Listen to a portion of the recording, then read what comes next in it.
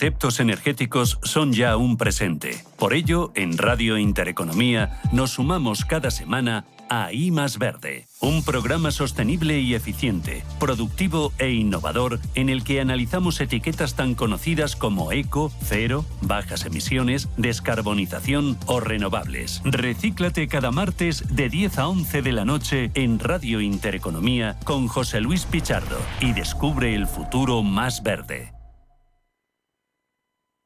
Cagmiñac le ofrece pulso geopolítico. Cagmiñac, la verdadera gestión activa de fondos de inversión desde 1989. Comunicación comercial. Invertir implica un riesgo de pérdida de capital.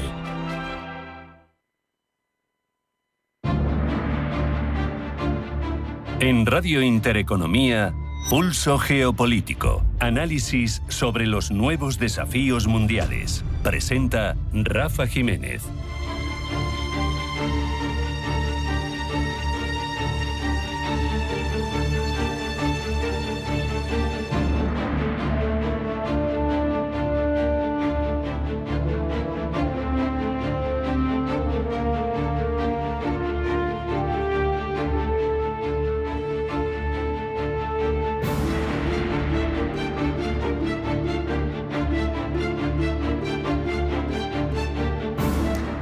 Bienvenidos a Pulso Geopolítico. Hablar del proceso de paz en Gaza exige mirar de frente hacia una verdad que a muchos no les gusta, pero sin un cambio profundo en la naturaleza y el comportamiento de Hamás, cualquier acuerdo corre el riesgo de ser un espejismo.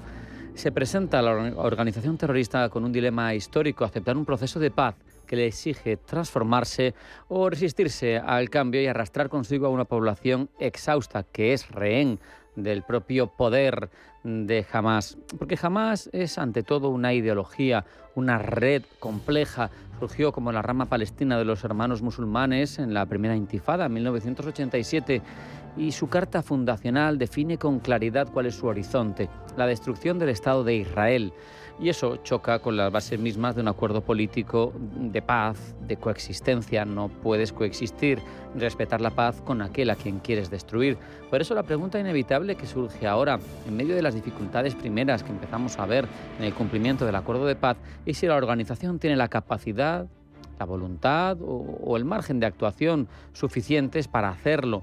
Desde su nacimiento, la legitimidad de Hamás no viene de las urnas, que en un caso concreto sí, las legislativas de 2006, sino de su narrativa de resistencia y de su capacidad de arbitrar con la fuerza armada la realidad de los palestinos gazatíes. Hamás ha tejido en la franja una estructura política, militar y económica que le permite controlar todos y cada uno de los resortes de la vida cotidiana de ese territorio. Y en ese contexto, a pesar de lo que digan los acuerdos internacionales, ¿por qué habría de ceder el control? ¿Creemos que realmente lo va a hacer? Especialmente teniendo en cuenta, como decía al comienzo, que en su carta fundacional tiene como objetivo destruir a la otra parte. Hamás ha aprovechado y está aprovechando la recuperación de posiciones tras el alto el fuego para, además, ciertas actitudes verdaderamente cuestionables, como depurar a quien considera traidores o disidentes. Una purga, una verdadera purga interna que manda un mensaje de fuerza y una advertencia al resto de palestinos que no son terroristas. Quien no se alinee con la autoridad del movimiento va a ser considerado un enemigo y va a ser ajusticiado. Además, ha puesto en marcha esa fuerza Radea, esa especie de policía disuasoria, que precisamente significa Radea, disuasión, y que maneja la seguridad dentro de la Gaza libre de la presencia del ejército de Israel. Mientras se negocia la paz sobre el papel, mientras se intenta cumplir con los 20 puntos del plan de Trump, en Gaza se consolida una lógica de control autoritario. El proceso de paz exige la participación de Hamás por una cuestión de realidades fácticas. Sin su implicación no hay un actor capaz de garantizar ahora mismo la estabilidad en Gaza por parte de los palestinos. Pero su mera participación en sí mismo desvirtúa el espíritu del acuerdo, porque su poder se sostiene precisamente en la negación de la paz, en la guerra, en la destrucción, en asesinar al otro.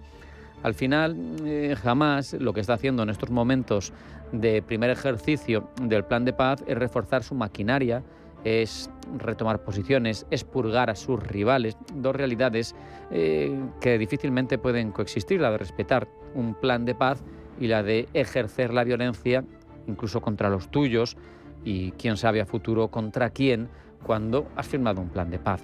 Cuando Yasser Arafat intentó, tras los acuerdos de Oslo, transformar la Organización para la Liberación de Palestina, la OLP, en un movimiento armado, en una autoridad política, tuvo problemas, pero no fue un caso exactamente igual. La comparación tiene límites porque Arafat era un hombre de Estado, tenía un horizonte nacional. Hamás lo que tiene es una visión radical, una visión de terrorista y una causa sin un final definido, porque además no va a triunfar, porque, como digo, su único objetivo real, después de todo, es la destrucción del Estado de Israel. Y al final genera a su vez otra serie de problemas de cara al plan. ¿Cómo verificar el desarme de una organización que ha demostrado hasta ahora una resiliencia tremenda a la hora de reinventarse, una notable capacidad de reconstruir su arsenal, de esconderlo? ¿Cómo convencer a su base militante de que la reconciliación, si se produjera realmente, no es equivalente a la rendición? Al final, el problema no es solo si Hamás va a ceder el control de Gaza, sino si la comunidad internacional está dispuesta a aceptar un proceso de paz construido sobre una ficción. Creer que el mismo movimiento que ha gobernado bajo el terror y el miedo y el islamismo más radical a una serie de palestinos que no todos ni mucho menos piensan como él, pensar que esa misma organización, ese mismo movimiento va a querer fomentar una transición democrática, va a respetar a la otra parte, va a convivir, va a luchar por tener un Estado que respete también al otro Estado en una solución de los dos Estados, parece bastante naif pensar ahora mismo que jamás está en condiciones de respetar todo eso. Quizá al final lo que digo es que el reto no es imaginarse un Hamás distinto, es imaginarse una Gaza sin Hamás, pero es la condición previa para que en Hamás, en lugar de violencia, haya paz. Vamos a hacer un alto en el camino. A la vuelta nos vamos con la información geopolítica en titulares que elabora Blanca del Tronco. No se marchen porque sigue Pulso Geopolítico.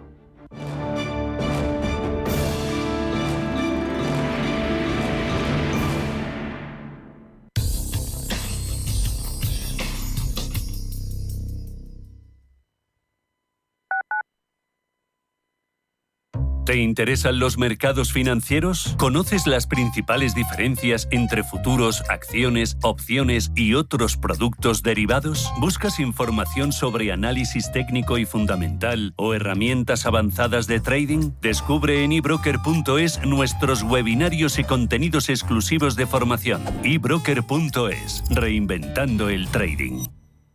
Hola, soy Susana Criado y presento Capital Intereconomía en Radio Intereconomía. Analizamos la actualidad económica con rigor y profesionalidad. Di que nos escuchas. ¿Con cuántas personas te cruzas cada día? En nuestro país, 1 de cada 4 vive en riesgo de pobreza o exclusión social. Una realidad que no siempre es visible. La de más de 12 millones de personas que hacen tu mismo trayecto, que se sientan a tu lado. En la Fundación La Caixa acompañamos a quienes más lo necesitan, para que nadie viaje solo. Entra en quenadieviajesolo.org. Hazlo visible. Fundación La Caixa. ¿Tienes 1.000 euros y no sabes dónde invertirlos? Olvídate de consejos de cuñados y apuesta por la inteligencia artificial profesional. En investing.com tienes a tu alcance el poder de ChatGPT para analizar acciones. Miles de datos analizados, algoritmos que detectan oportunidades y herramientas profesionales. Y lo mejor, todo gratis. Descarga ahora la app de investing.com y empieza a invertir con cabeza, no solo con corazonadas.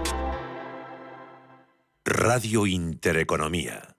Atención inversor, únete al club de inversión de Grupos Eneas. Estamos especializados en la compra, reforma y venta de inmuebles y otros activos, ofreciendo rentabilidades muy atractivas. Coinvierte con nosotros. 91 639 0347. Grupos Eneas, tu aliado en la inversión.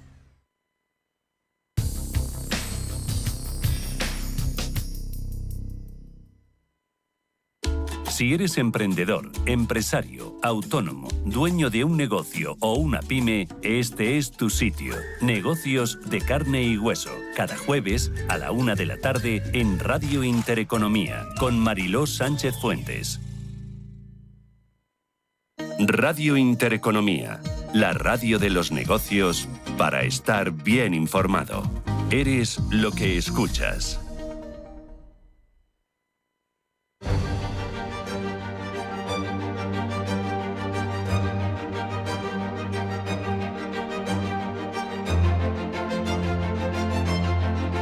En Radio Intereconomía, Pulso Geopolítico. Presenta Rafa Jiménez. Ya con la información geopolítica relevante, primero en forma de titulares, los elabora Blanca del Tronco. Blanca, bienvenida. Buenas tardes. Buenas tardes. Netanyahu se reúne en Israel con J.D. Vance. El primer ministro israelí recibe al vicepresidente de Estados Unidos para discutir la implementación del alto el fuego en la Franja de Gaza, mientras el enclave palestino vive la fragilidad de la tregua tras los ataques israelíes que han causado decenas de muertos. Entre tanto, y en Estrasburgo, el Parlamento Europeo debate con la Comisión Europea sobre el acuerdo de paz para Gaza auspiciado por Donald Trump. Nicolás Sarkozy entra en la cárcel. El que fuera presidente de Francia, ingresado en la prisión parisina de La Santé por la condena de 5 años de cárcel dictada en su contra por asociación delictiva en la financiación libia de su campaña presidencial de 2007, lo que le convierte en el primer ex jefe de Estado francés en ser encarcelado. Takaichi se ha convertido en la primera mujer en ser nombrada primera ministra de Japón. Lo ha hecho tras hacerse con la victoria en la votación parlamentaria para designar el cargo. La líder conservadora se convierte así en la primera mujer en dirigir el país asiático un día después de forjar su alianza con el Partido Innovación de Japón y sin que la fragmentada oposición haya sido capaz de presentar un candidato conjunto para hacerle frente. Estados Unidos y Colombia acercan posturas. La crisis diplomática entre Colombia y Estados Unidos entra en una nueva fase después del primer acercamiento del presidente Gustavo Petro con el jefe de la misión de Estados Unidos en Bogotá, con el fin de evitar que las diferencias políticas con la administración Trump trasciendan al campo económico y comercial. Seguimos en Colombia porque hoy se da a conocer el fallo contra Uribe. El Tribunal Superior de Bogotá da a conocer el fallo de segunda instancia sobre la sentencia de 12 años de cárcel domiciliaria contra el que fuera presidente colombiano Álvaro Uribe por un caso de soborno. Y Šefčovič viaja hasta China para abordar las relaciones comerciales. El comisario europeo de Comercio, Maroš Šefčovič, aborda este martes con el ministro de Comercio chino los controles impuestos por Pekín a la exportación de chips hacia la Unión Europea, que se suman a las restricciones a las exportaciones de tierras raras.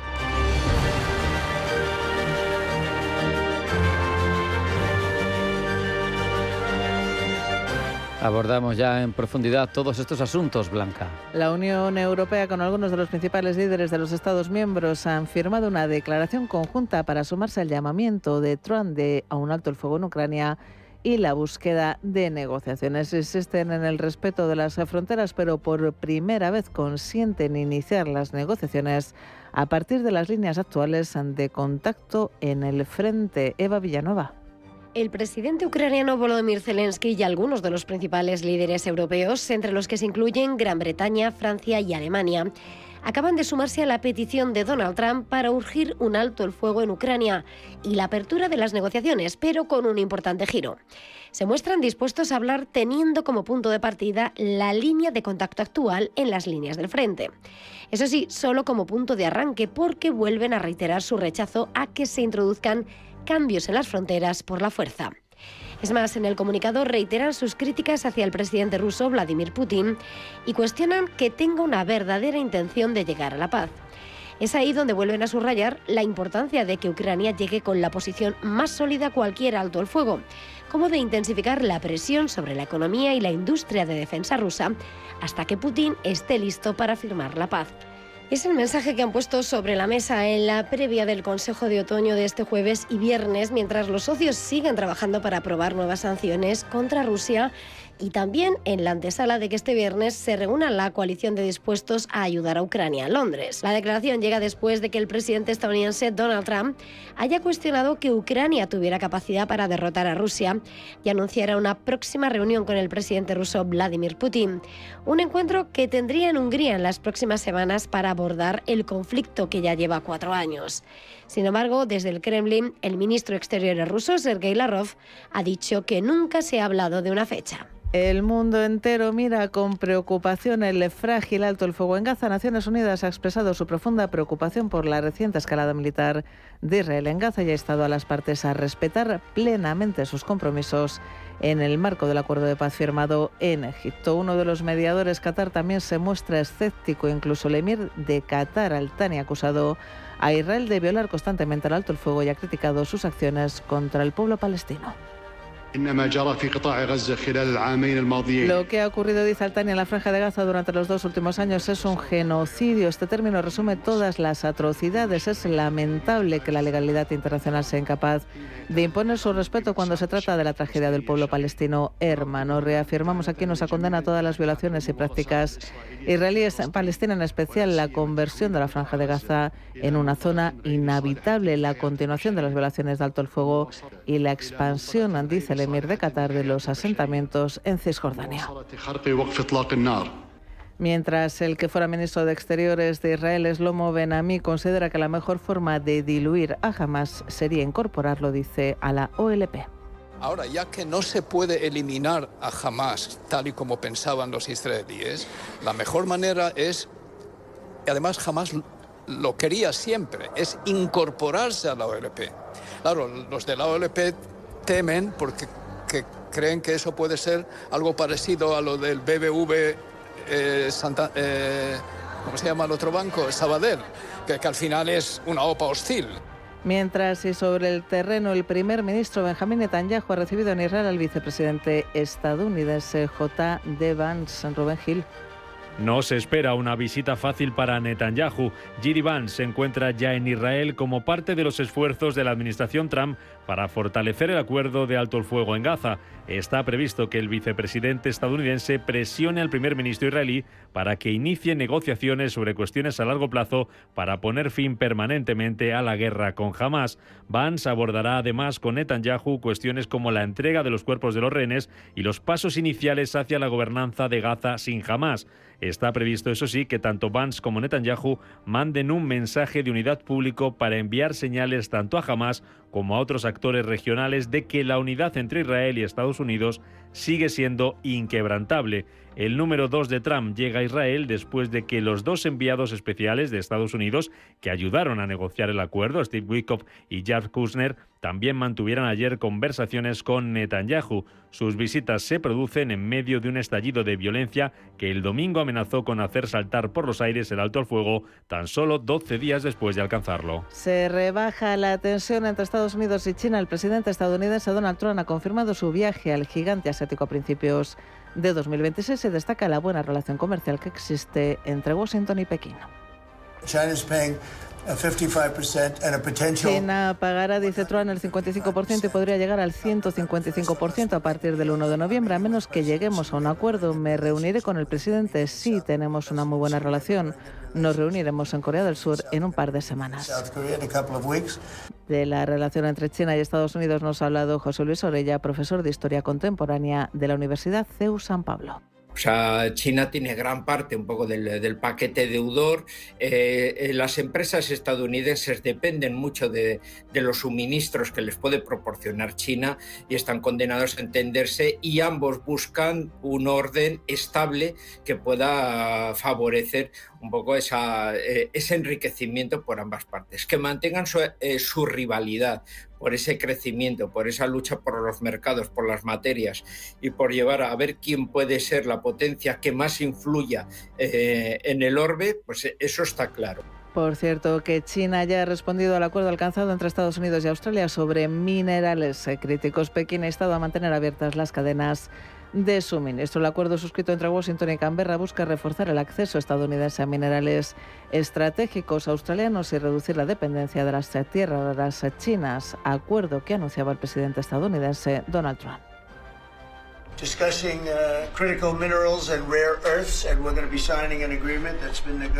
Según el acuerdo alcanzado, los dos países invertirán cada uno $1.000 millones los próximos 6 meses en proyectos de minería y procesamiento, además de establecer un precio mínimo para los minerales críticos, una medida que las empresas mineras occidentales llevaban mucho tiempo buscando. Los proyectos abarcarán una gama de minerales críticos esenciales para los sistemas de defensa avanzados, los componentes aeroespaciales, los equipos de comunicaciones y las tecnologías industriales de próxima generación. El primer ministro de Australia, Anthony Albanese, ha asegurado que con este acuerdo refuerzan su relación con Estados Unidos. Es muy importante, dice, mejorar aún más la relación y fortalecerla, y el acuerdo de hoy es esencial y simplemente llevarlo al siguiente nivel. Y miramos ya a Japón. Tiene nueva primera ministra, la primera mujer de la democracia nipona. Sana Takaichi se convierte en la líder del Partido Liberal Democrático, prometiendo cambios sociales y económicos después de años de decadencia e inestabilidad política. Pablo Llanone. Así sonaba el momento en el que Takaichi se convertía en la dama de hierro asiática.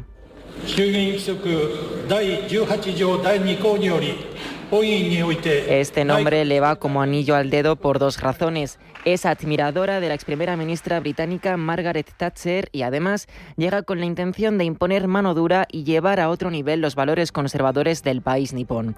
En su primer discurso ha destacado la importancia del trabajo. Actualmente, dice, tenemos pocos empleados, así que esperamos que todos trabajen como caballos. Yo misma he abandonado el término equilibrio entre vida laboral y personal. Trabajaré, trabajaré, trabajaré, trabajaré y trabajaré. Con 237 sufragios de 465 a favor, Takaichi refleja el deseo nipón de poner fin a la crisis política que atraviesa la isla desde hace años. El cambio de gobierno en Japón se produce después de que Shigeru Ishiba, de 68 años, anunciase su dimisión como primer ministro en septiembre tras los malos resultados electorales. Las primarias de octubre dieron la victoria al Partido Liberal Democrático, con Takaichi como vencedora, decidida a poner fin a los estragos económicos y sociales. Al respecto, propone un programa que algunos llaman Sanaenomics, una continuidad directa del llamado Abenomics, es decir, del plan lanzado por su cercano colega el expresidente Shinzo Abe. Incluye estímulos fiscales, inversión en sectores estratégicos como inteligencia artificial o semiconductores y reducir el ratio deuda-PIB. En política exterior y de seguridad apuesta por aumentar el gasto militar y tiene una postura firme frente a China, favorable para Taiwán y una cercanía reforzada con Estados Unidos. Y hoy en Francia, Nicolas Sarkozy se ha convertido en el primer expresidente galo en entrar en prisión. Cumplirá una condena de 5 años de cárcel por asociación ilícita tras haber sido acusado de recibir financiación del dictador libio Muammar Gaddafi. Pablo. En su camino a la prisión La Santé de París, Sarkozy ha sido recibido por vítores y aplausos de algunos de sus seguidores. Acompañado de su mujer, Carla Bruni, Sarkozy ha cruzado la multitud que denuncia la detención del expresidente después de otros tantos casos en los que la Fiscalía no ha condenado a cargos políticos. Sarkozy ha defendido su inocencia hasta el último momento tras publicar en X lo siguiente, leo textualmente: en el momento en que me dispongo a cruzar los muros de la prisión de La Santé, mis pensamientos van hacia las francesas y los franceses de todas las condiciones y de todas las opiniones. Quiero decirles, con la fuerza inquebrantable que es la mía, que no es un expresidente de la República el que es encarcelado esta mañana, sino un inocente. Seguiré denunciando este escándalo judicial, este calvario que sufro desde hace más de 10 años. He aquí un caso de financiación ilegal sin la menor financiación, una instrucción judicial de largo aliento lanzada sobre la base de un documento, dice y concluye, cuya falsedad está ahora demostrada.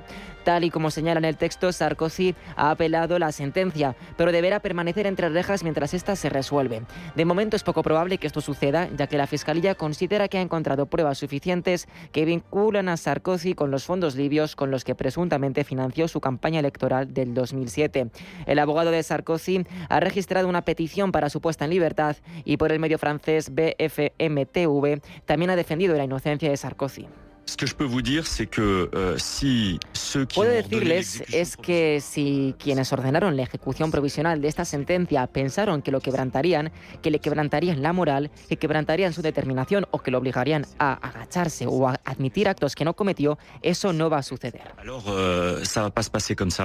Tanto abogado como cliente acusan a los tribunales de una pena injusta. Los seguidores de Sarkozy denuncian que los tribunales no están haciendo bien su trabajo. Esta campaña de deslegitimación de la justicia recuerda a la de hace unos meses cuando Marine Le Pen fue inhabilitada de su cargo por 5 años. En su momento, la cabeza de Agrupación Nacional habló de una caza de brujas judicial. La pena que ahora arremete a Sarkozy ha puesto fin a años de batallas legales y demostraría que el expresidente, después de aceptar la financiación del dictador libio, lo traicionó, tras precipitar en el año 2011 la caída de su régimen junto a Reino Unido y Estados Unidos.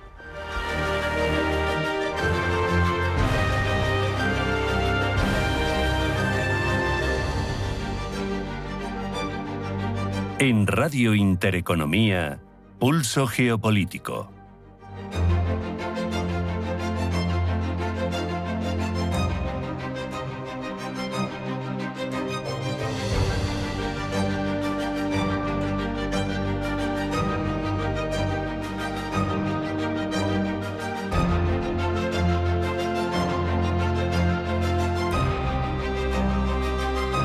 Vamos a repasar durante unos minutos lo que nos cuentan sobre la actualidad geopolítica internacional, algunas de las cabeceras de los distintos países, viendo sesgos de país y de medio.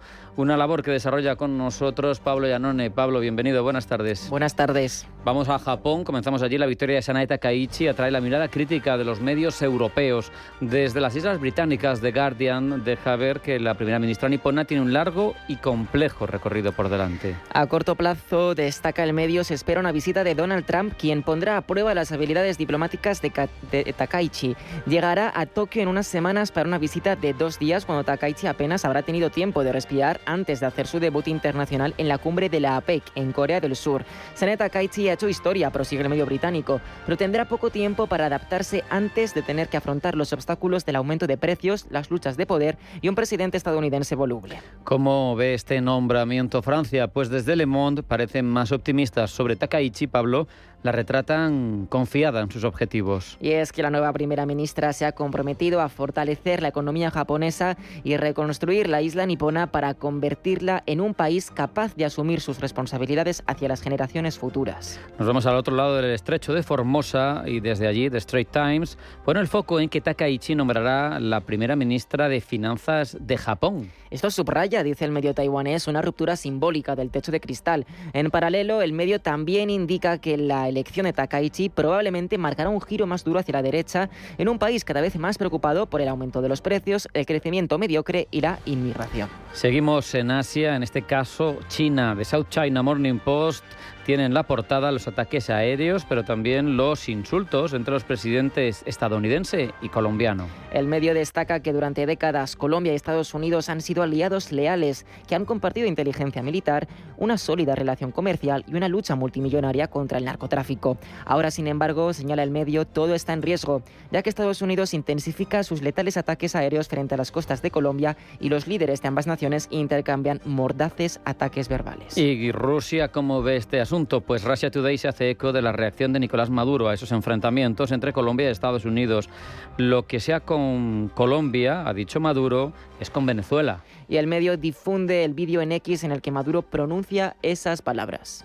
En el corazón nosotros somos Colombia, la gran Colombia profunda que fundó en el Orinoco el comandante libertador Simón Antonio de la Santísima Trinidad, Bolívar, Palacios y Blanco, nuestro libertador.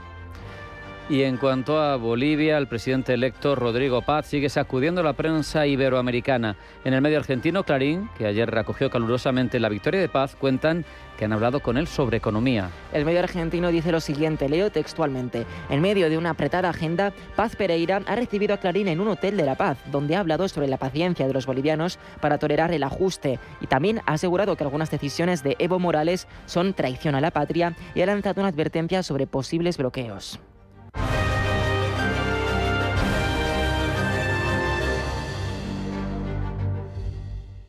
Te dijeron que invertir era solo para ricos. Te mintieron. En Gold Waves Group, con $30.000 puedes empezar a moverte globalmente, con estrategia, con visión, con Gold Waves Group. ¿Vas a seguir viendo cómo otros ganan?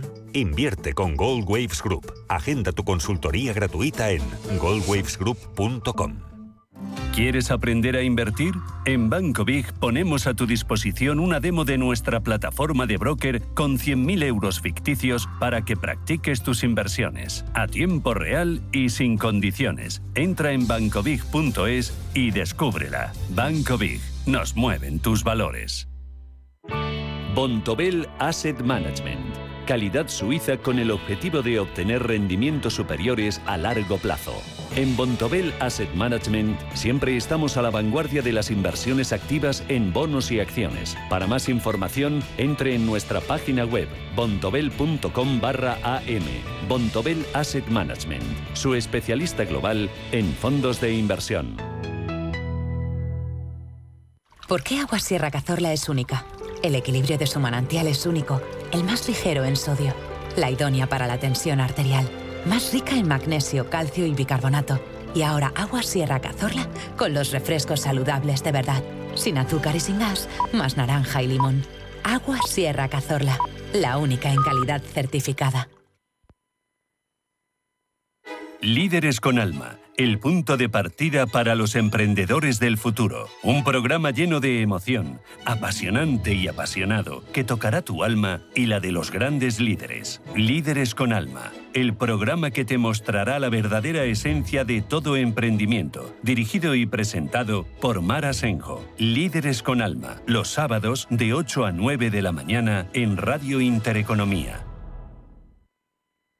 Toda la actualidad, información y análisis en tiempo real sobre banca, empresas, finanzas personales, bolsa, gestoras y fondos de inversión en intereconomía.com. Con la opinión de los mejores expertos del mundo económico, empresarial y bursátil. Toda la programación en directo y con la posibilidad de escuchar en cualquier instante los mejores momentos de la emisora española líder en información económica. Sigue bien informado en intereconomía.com.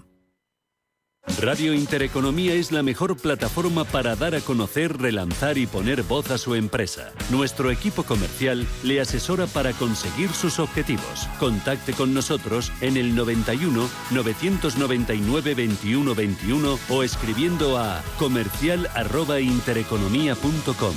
Radio Intereconomía, la radio de las empresas.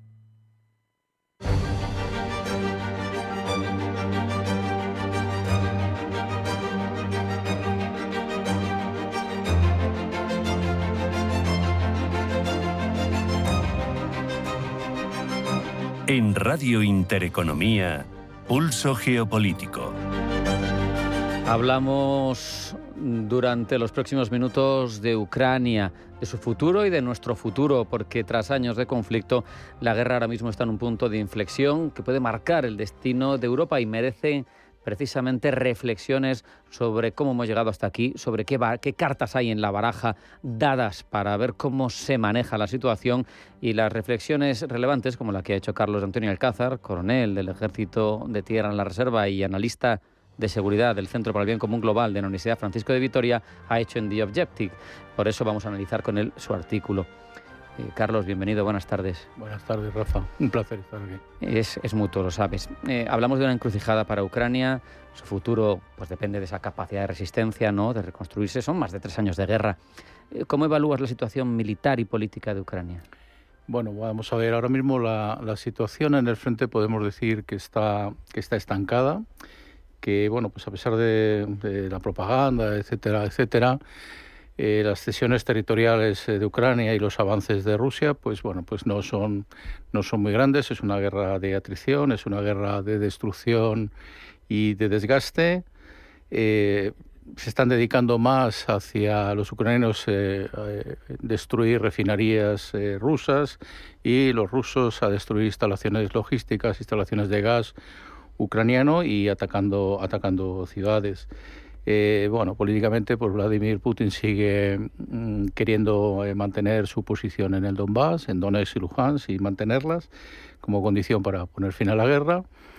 Y bueno, pues eso choca con la postura de Zelensky, la postura de Ucrania, que no quiere ceder territorio de esa manera. Bueno, así tenemos que ver las graves consecuencias que podría tener una victoria Rusia sobre Ucrania en esos términos, ¿no? Si Moscú triunfara, pues nuestra democracia, la soberanía, los derechos humanos y el orden político de Europa pues estaría un poquito amenazado. En tu artículo señalas la ausencia de un liderazgo claro de Estados Unidos como factor de preocupación, y te remontas además, que es interesante por hacer comparaciones, a los liderazgos de Kennedy o de Reagan en situaciones complejas también, ¿no? Y ahora, claro, con un Trump que es ambiguo, pues sobre la OTAN, sobre cuándo interviene, cuándo no, o sobre incluso sus últimas palabras en las que decía, en el avión, lo veía el otro día, en el Air Force One, es que Putin ha conseguido una serie de cosas, así que los dos ganan, que se quede como está y los dos ganan. Condiciona el conflicto, ¿no? Totalmente. Mira, ya al hilo de esas palabras, es que parece que estamos hablando en un tono inmobiliario, en vez de en un tono de un orden internacional, de un orden diplomático. Ya eso lo dice todo, ¿no?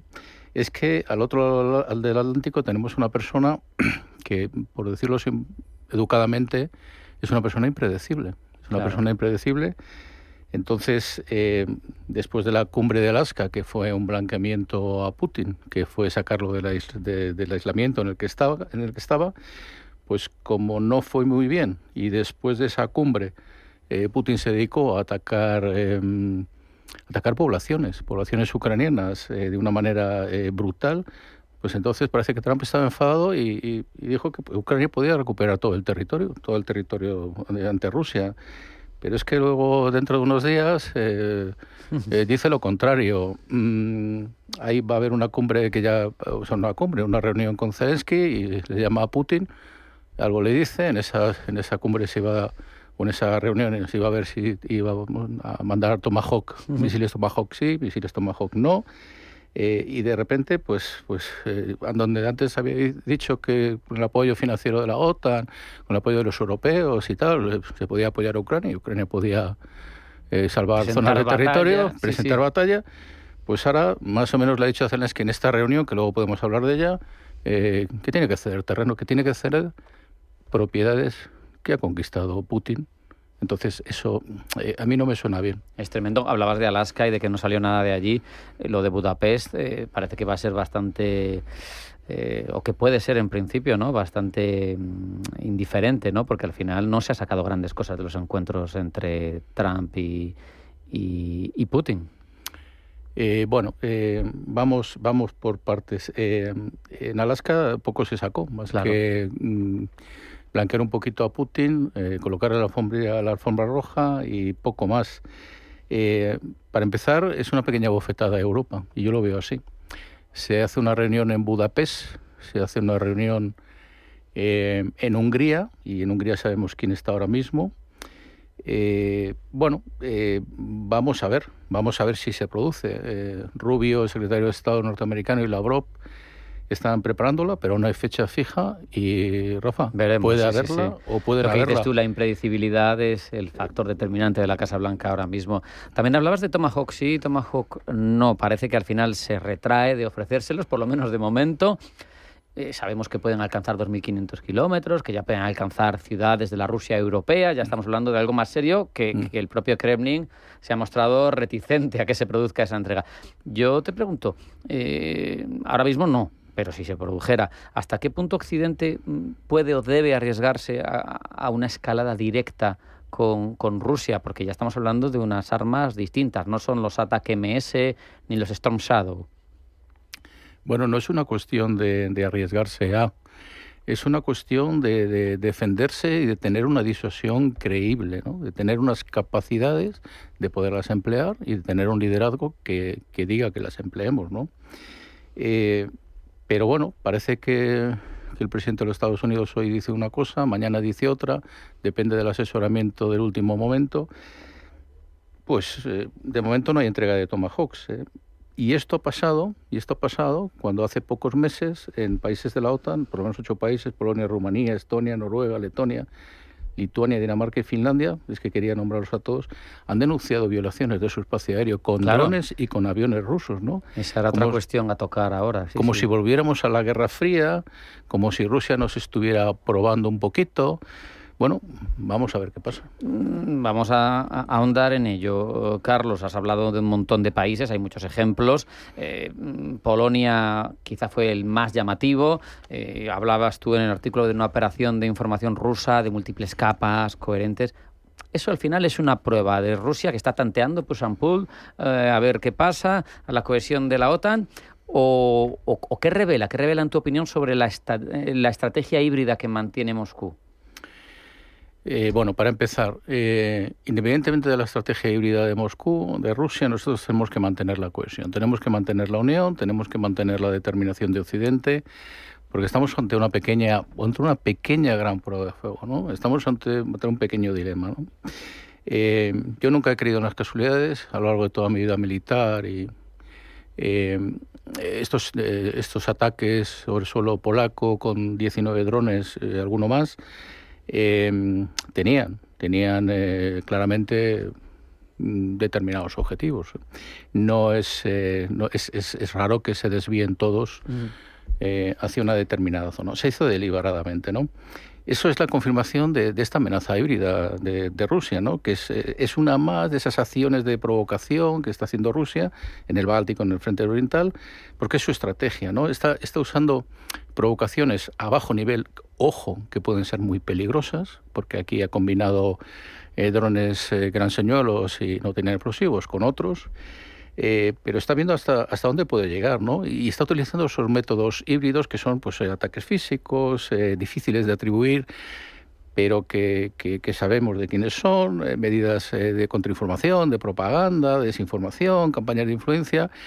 Entonces, ¿qué es lo que quieren? Pues socavar toda nuestra cohesión e intentar que vayamos a, ¿cómo te diría yo?, a hacer cosas que les vengan bien a ellos. ¿Qué podemos hacer frente a eso? Pues tenemos que hacerle frente con medidas, ¿no? Mostrar fuerza. Tenemos que ser firmes. Luego tenemos que hacer unas campañas de información pública importantes, ¿no? Para vencer a esa desinformación, para vencer a esa propaganda. Tenemos que mandar mensajes de unidad. Y luego tenemos ya que adquirir capacidades. La autonomía estratégica en defensa real, ¿por dónde pasa para Europa? Porque Europa ahora mismo no es triste, pero no pinta mucho en el campo de batalla, vamos a decir. Estamos un poquito fuera de juego, pero yo creo que ya estamos empezando a despertar. Ya Europa se está poniendo un poquito las pilas, ya parece que vamos a ir hacia conseguir capacidades antidrón, capacidades de defensa aérea. Parece que se está estudiando que podamos disponer de una serie de capacidades importantes. Va a haber una inversión importante. La vamos a tener que conjugar también con la inversión si queremos seguir apoyando a Ucrania, porque ahora lo que estamos haciendo es, con dinero europeo, pagar material americano para dárselo a Ucrania. Vaya negocio para Trump. Eso es un apunte mío. Afirmativo. Lo que tenemos que hacer es pues aumentar capacidades en defensa aérea, en ciberseguridad, en protección de la fuerza, en guerra antidrón, etcétera, etcétera. Y que sea ya, porque tenemos que avanzar más rápidamente y todo eso se tiene que ver. Porque si lo ve el contrario, ya se lo piensa más, que no he dicho enemigo, el contrario, el adversario, pues se lo piensa un poquito más. Al final, hablabas tú también de pedagogía, de información, de que la población sepa, ¿no? Entonces, yo escucho reiteradas veces, sobre todo a líderes de países elegidos, líderes electos en muchos países de Europa, hablar de ataques rusos, sin concretar, que pueden llegar a partir de 2030, que van a estar en disposición de atacar a un país OTAN. Bueno, yo te pregunto, ¿tú lo ves sin el apasionamiento de los políticos? ¿Lo ves con la claridad de un militar? ¿Hay riesgo real de confrontación? Unión Europea no, si no pintamos nada. ¿OTAN-Rusia? Estamos ahora mismo en una zona gris. No quiero decir que estemos en una guerra, pero estamos en una especie de zona gris, de guerra híbrida, peligrosa porque en cualquier momento podría escalar. Si tú me dices qué podría pasar en el futuro, yo espero que no pase nada, ¿no? Pero para que eso no pase nada, tenemos que tener una disuasión creíble, tenemos que provocar que no se pueda hacer nada, que el ruso no pueda hacer absolutamente nada. ¿Somos capaces? Es que tienen un arsenal de 5.500, 6.000 cabezas nucleares, la doctrina nuclear ha cambiado. Es que... yo no veo esa escalada nuclear ni a medio ni a largo plazo, por supuesto a corto no, pero sí que tenemos que mostrarle que estamos un poquito preparándonos, ¿no? Los alemanes lo están haciendo ya. La Bundeswehr va a aumentar el número de soldados activos, va a aumentar el número de reservistas y va a hacer... la industria de defensa alemana se está poniendo un poquito las pilas, pero los países nórdicos también, Finlandia también. Ahí se nota la distancia, Perdón, claro. Que se nota la distancia, claro. Porque aquí en el balcón del Atlántico nos hacemos los locos. Sí, efectivamente. Es que, claro, siempre decimos, bueno, hasta que llegue aquí, ¿no? Hasta que llegue aquí. Pero es que esas cosas, cuando hay un resfriado en un determinado sitio, o un resfriado, pues, es que a lo mejor puede ser una gripe para nosotros, O sea que que tenemos que también tomar nota, ¿no? Pero no solo la tecnología, no solo aumentar las capacidades, no solo realizar compras y de armamento, tanto ofensivo como defensivo, sino también tenemos que concienciarnos en la defensa, concienciar a la población, hacerles ver que la libertad que tenemos hoy en día, que los derechos que tenemos hoy en día no son gratis y que tenemos que defenderlos. Terminas tu artículo con una declaración personal muy poderosa. Sí, yo soy un ucraniano. No sé si está inspirada en Kennedy, en Ain Berlina, pero en cualquier caso, más allá del simbolismo, ¿cómo crees que la sociedad occidental, la de la Unión Europea, la de la OTAN, puede o debe mantener ese nivel de solidaridad, de concienciación ante una guerra que se alarga y ante una fatiga por lo bélico que se produce, que se desvían presupuestos hacia otro país tercero que recibe nuestro dinero precisamente para defenderse? ¿Cómo articular eso? Bueno, yo puse en mi artículo eso, porque efectivamente era el Ich bin in Berlin de Kennedy, y Trump no es, para bien o para mal, no es ni Kennedy ni Reagan, ¿no? Ese liderazgo pues, es un liderazgo cambiante.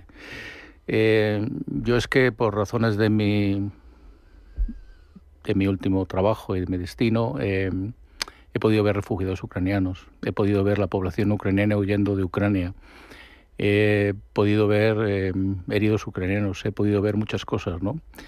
Entonces, bueno, pues parece que la vida sigue, parece que los ucranianos seguimos comprando armas estadounidenses, los rusos siguen atacando, los ucranianos siguen muriendo, pero tenemos que hacer algo más, ¿no? La sociedad occidental se debe movilizar y debemos movilizarnos porque una victoria o una derrota fea de Ucrania no nos va a hacer mucho favor. Termino. Sé que no te gusta especular, no hay bola de cristal y tú eres militar. ¿Visión a 3-5 años del futuro de Ucrania? Pues muy complicado. Esa pregunta es muy difícil hoy. Muy difícil porque es que es todo muy cambiante, ¿no? Yo había pensado estos días en varios escenarios, ¿no? Es decir, se mantiene la guerra, Rusia conquista y mantiene el Donbass, etcétera, etcétera. Nosotros les apoyamos, Estados Unidos no, hay una guerra de desgaste. Bueno, pues duración. Estados Unidos, pues fuerza un alto el fuego, hay una línea de demarcación, o Estados Unidos y la Unión Europea mantienen el apoyo hasta que Rusia está completamente debilitada. Bueno, pues esos son escenarios posibles. Yo lo veo clarísimamente. En algún momento va a haber un alto el fuego por el desgaste de ambos contendientes. Va a haber una línea de demarcación, yo creo que al modo de Corea del Sur, Corea del Norte. No se va a legalizar esa soberanía rusa sobre esos territorios, pero va a ser de facto. Pero se va a mantener y habrá un acuerdo de paz y posiblemente luego lo que tengamos que hacer será hacer algo como hicimos con la República Federal Alemana frente a la República Democrática. Es decir, que Ucrania se recupere, que recupere sus fuerzas armadas, que recupere su economía y que lo que haya ahí sea mucho mejor que lo que hay al otro lado. De tal manera que a lo mejor cuando nuestros hijos y nietos estén, pues Ucrania algún día esté en la Unión Europea de alguna manera. Carlos, un placer como siempre hablar contigo. Un abrazo, hasta la próxima. Muchísimas gracias.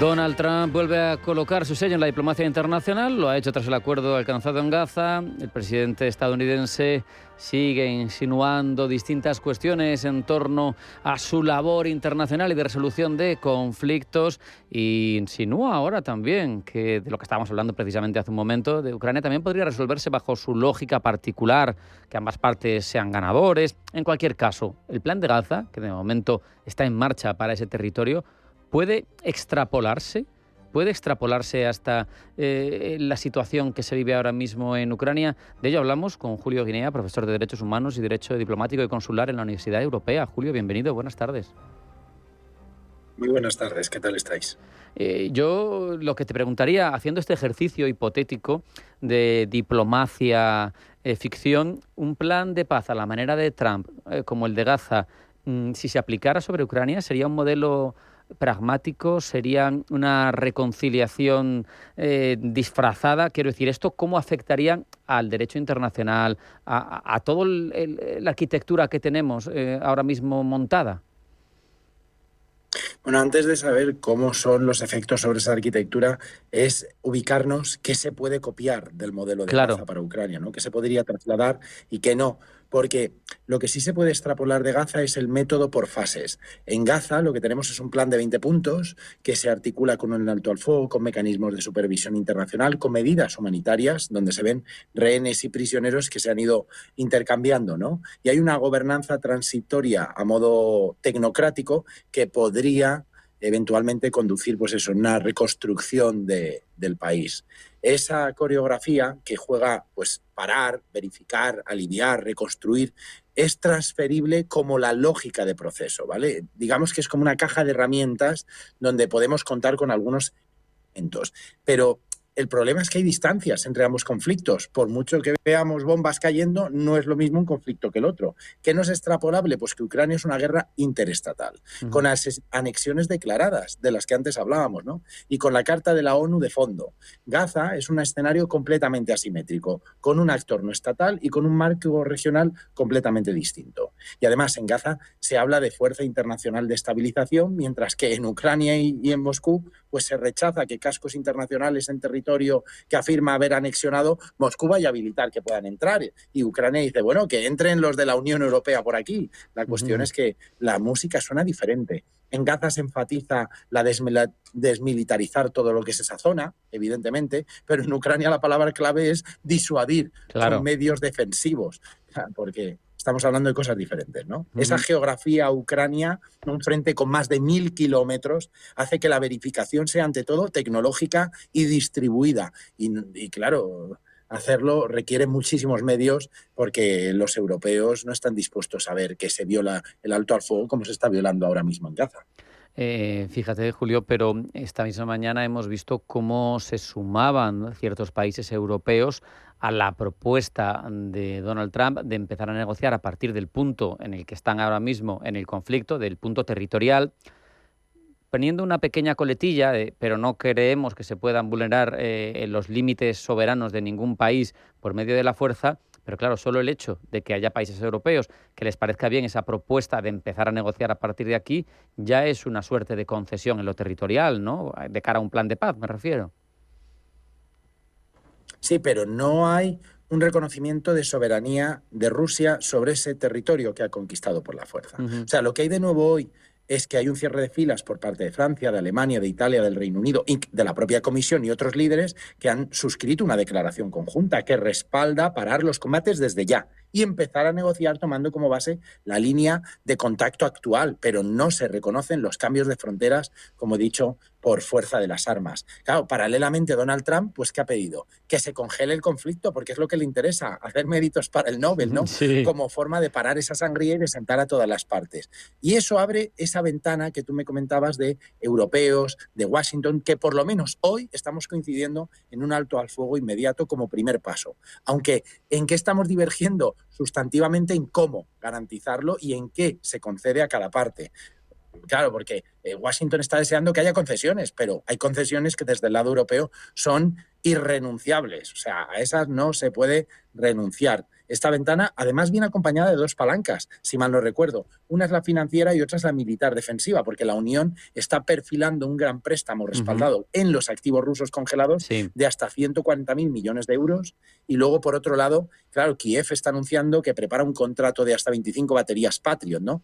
De una cúpula antiaérea para disuadir con ese escudo aéreo cualquier tipo de ruptura que, como en las bases de los drones estamos viendo, se puede violar cualquier acuerdo de paz en cuestión de un chasquear de un dron, ¿no? Entonces, Moscú lo que vemos es que por ahora rechaza un alto al fuego sin concesiones y pide como mínimo el control pleno del Donbass. Y eso, claro, los europeos que estamos respondiendo la integridad territorial no queremos eso. Es curioso porque lo que plantea, sin embargo, Trump es radicalmente distinto, como tú bien has matizado, de lo que decían los países europeos, porque él lo que decía, por lo menos en el quicio de la puerta del Air Force One, era, bueno, este señor ha ganado cosas, ya son suyas. Entonces, parece que lo que él propone es una suerte de paremos aquí esto y dejémoslo como Corea del Norte y Corea del Sur, bueno, pues cada cual tiene lo suyo, ponemos una línea, o sea, ni siquiera querría ningún tipo de negociación, parece, por parte de Trump, sino simplemente que se normalice el statu quo actual territorial. Claro, porque el plan de Trump, o sea, lo que el señor Donald Trump tiene en la mente son 4 grandes cosas. Un alto al fuego, ya. Sobre las líneas que hay hoy en el frente, sin reconocimiento legal de anexiones, bueno, las líneas que están. Y, por lo tanto, que cada parte se quede con lo que ha acogido. Eso pone en mal lugar a Ucrania y, desde luego, pone en mal lugar los principios de la comunidad internacional hoy sobre la base de la ONU. Pero, bueno, alto al fuego, líneas. Verificación con observadores y con medios, satélites, sensores, drones y registro de violaciones. Incluso se podría llegar a respuestas. Con un paquete económico escalonado, que eso podría ser, y por último, garantías de seguridad para Ucrania. O sea, el problema es que está la OTAN de por medio, y a la OTAN Donald Trump no le quiere dar aliento a que Kiev vaya a entrar mañana. Sería, de hecho, una congelación, no, una moratoria por mucho tiempo, mientras dure Trump o los sucesores de Trump. Pero la cosa es que ahora mismo Ucrania lo que aspira es a más seguridad, una red de seguridad adicional a la que le están vendiendo desde Washington, porque ni le han dado los Tomahawk, ni tampoco le están dando mayor seguridad de que ese plan de paz vaya a mantener a Rusia a raya en esa frontera que ahora ha llegado a ella a través de la fuerza. O sea, el problema es que Donald Trump, con tal de congelar, mete a cualquiera al congelador, pero no por eso se pone fin al conflicto. Julio, para terminar, tenemos un minuto y medio. Si Trump, que al final es el que tiene más potencia y más capacidad de condicionarte, ¿no?, consiguiera esto que ha propuesto, ¿esto sería un precedente peligroso de legitimación de conquistas por la fuerza que no es habitual o que por lo menos parece que está marcando una nueva dinámica en el orden internacional? Eso es lo más peligroso de todo. Precisamente ese es el dardo en el que estamos enseñando a actores de derecho internacional a que por la fuerza pues pueden realizar conquistas. Y entonces, ¿eso qué significa? Que volveríamos a políticas decimonónicas, de que la fuerza de los... Estamos creando un antecedente y estamos creando un precedente de lo que está por venir. El mundo al que aspiramos es un mundo basado en reglas, en principios, en que tu territorio, tú ejerces tu soberanía y hay que respetar la soberanía de los demás para que no estemos constantemente en una guerra de todos contra todos. Si automáticamente, en aras de evitar que el matón siga peleándose con otro pequeño de la clase,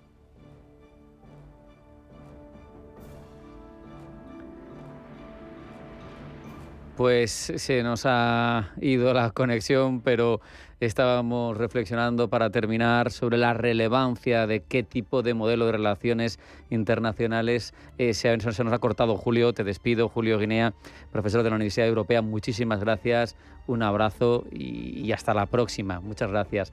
A ustedes, nada más que decir, porque se nos ha acabado el tiempo en Pulso Geopolítico. Hemos hablado del plan de paz de Gaza, de la necesidad de que jamás deje de actuar y deje de estar presente en ese territorio. También sobre Ucrania, sobre el papel de Europa y sobre la extrapolación de un plan de paz internacional. Sean felices, pasen buena tarde y mañana más. Esto es Pulso Geopolítico. Hasta mañana.